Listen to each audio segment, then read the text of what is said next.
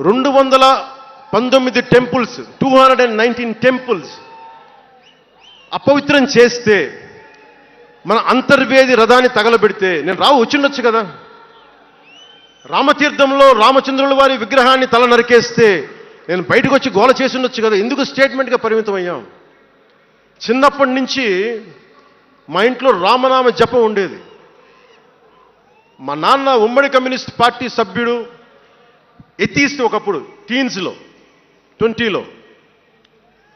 ఆయన మరి ఎలా మారిందో మనసు తెలియదు కానీ విపరీతం రామభక్తుడు అయిపోయాడు నేను పుట్టేటప్పటికి. మా ఇంట్లో ఎప్పుడూ రామనామమే ఉండేది. ఆ రామనామాన్ని జపిస్తూనే నాకు జబ్బు వచ్చినా మా నాన్న రామనామం చెప్పేవాడు. అలాంటి రామనామం జపించే మాకు రాముడి విగ్రహం తల నరికేస్తే కోపం రాకూడదంటారేంటి మీరు? ఇదే మీకు ఒక మహమ్మద్ ప్రవక్తకి పవిత్ర రంజాన్ మాసంలో మహమ్మద్ ప్రవక్తకి మీరు ఒక మాటని దూషించగలరా? దూషించి బతకగలరా? అల్లాని ఒక మాట అనగలరా? జీసస్ క్రైస్ట్ ఒక మాట అనగలరా? మేరీ మాతని ఒక మాట అనగలరా? కానీ పార్వతీ దేవిని తిడతారు, లక్ష్మీ మాతని తిడతారు. అంటే నువ్వు ఇస్లాంకి అపవిత్రం జరిగితే మాట్లాడితే సెక్యులరిజం, జగన్మాతకి కానీ పార్వతీదేవికి కానీ శివుడికి కానీ రాముడికి కానీ అయ్యప్పకి కానీ అపవిత్రం జరిగితే మా మనోభావాలు బాధపడకూడదు, గాయపడకూడదు, నోరు మూసుకొని కూర్చోవాలి. ఆ జనరేషన్ పోయిందిరా బాబు, ఆ జనరేషన్ పోయింది. ఒక తప్పుని తప్పుగానే చెప్తాం. ఒక హిందువు ఒక ముస్లిం పట్ల తప్పు చేస్తే తప్పనే చెప్తాం. ఓల్డ్ సిటీలో ఉండే ఒక నాయకుడు 15 నిమిషాలు కళ్ళు మూసుకోండి, పోలీసుల్ని మేము హిందువులకి ఏంటో మేము చూపిస్తామంటే అది తప్పు పట్టకూడదంటే ఎట్లా? అది మతోన్మాదమా? ఏం మాట్లాడుతున్నారు మీరు? బతుకమ్మ బతుకమ్మ బతుకమ్మ అని చెప్పి బతుకమ్మ పాటని మీరు వెటకారం చేసి ఓల్డ్ సిటీ నాయకుడు మాట్లాడితే దాన్ని డిఫెండ్ చేసుకోవటం హిందూ అహంకారం అంటే నేను ఏం చెప్పను నేను? అంటే అల్లాహకు ఒక న్యాయం, మహమ్మద్కి ఒక న్యాయం, అమ్మవారికి ఇంకో న్యాయమా? అలా కుదరదు బాబు. ఈ ధర్మం అందరికీ సమాన అవకాశం ఇచ్చింది. సనాతన ధర్మం ఉండబట్టే విజయనగర రాజులు మస్జిద్ కట్టించారు. సనాతన ధర్మం కాబట్టే బంగ్లాదేశ్ని హిందువుల రక్తంతో తడిపి బంగ్లాదేశ్కి విముక్తి కలిగించాం. ఈ చరిత్ర తెలుసుకుంటే కదా. దేశ విభజన జరిగింది. మీరు ఎంతమందికి తెలుసు దేశ విభజన కష్టాలు? మీరు సినిమాలు అరుస్తారు, అక్కడ తాగిపోయారు మీరు. నేను అక్కడ తాగలా. నేను అమితాబ్కి ఫ్యాన్ని, నేను చిరంజీవి గారికి ఫ్యాన్ని, కానీ దేశానికి అంతకంటే పెద్ద ఫ్యాన్ నేను. అంటే మీరు మనందరికీ బాబాసాహెబ్ అంబేద్కర్ గారి గురించి తెలుసు. First law minister of Bharat. ఎక్కడికి వెళ్ళినా ఆయనకి 100 అడుగులో, ఏ తెలంగాణకి వెళ్ళినా ఆంధ్రాకి వెళ్ళినా 100 అడుగులో ఇంకా పైన విగ్రహం పెట్టి మనం ఆరాధిస్తాం. మీకు ఎవరికైనా తెలుసా? అంటే సనాతన ధర్మాన్ని తిడతా ఉంటారు.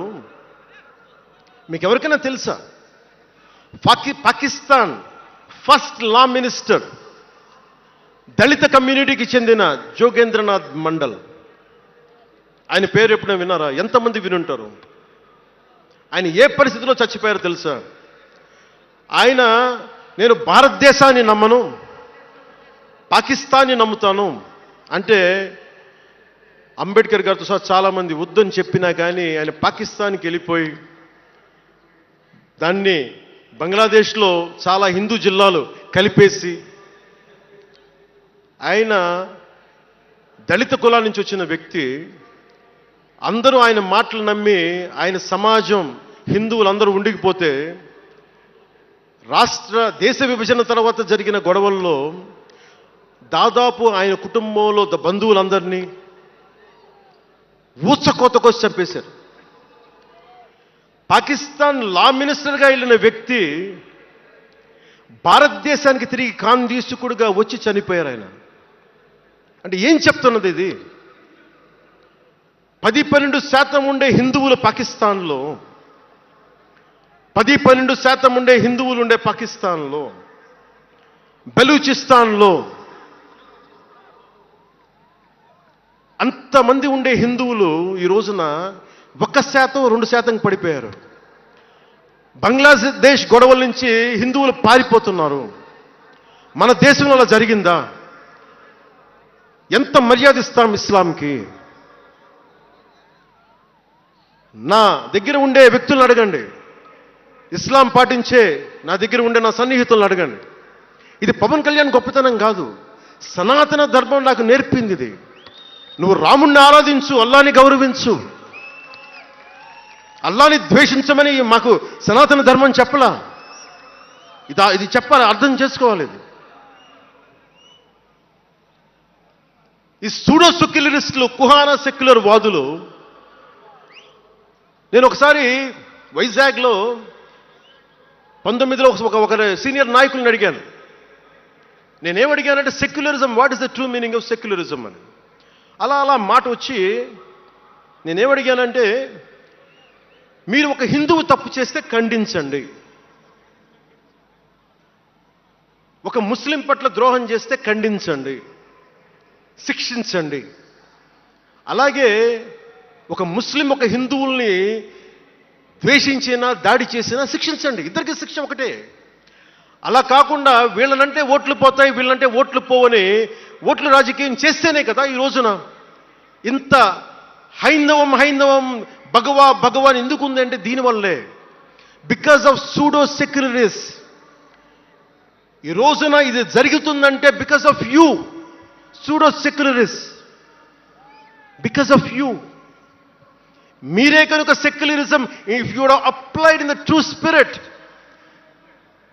there would have no need for the changes what are there today. మీరు చేశారు తప్పులు. ఆ రోజు నేను అడిగా,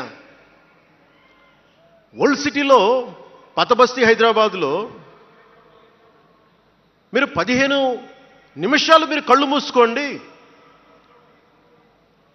పోలీసుల్ని, మేము హిందువులకి ఏంటో చూపిస్తామంటే నువ్వు ఎవరిని ఉద్దేశించి మాట్లాడుతున్నావు?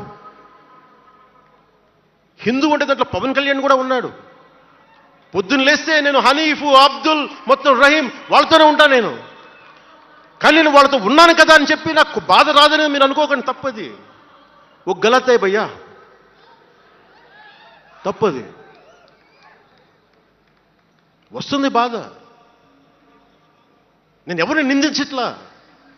తిరుపతి కల్తీ లడ్డు చేస్తే నేను ముస్లింలను నిందించలా, క్రిస్టియన్లను నిందించలా.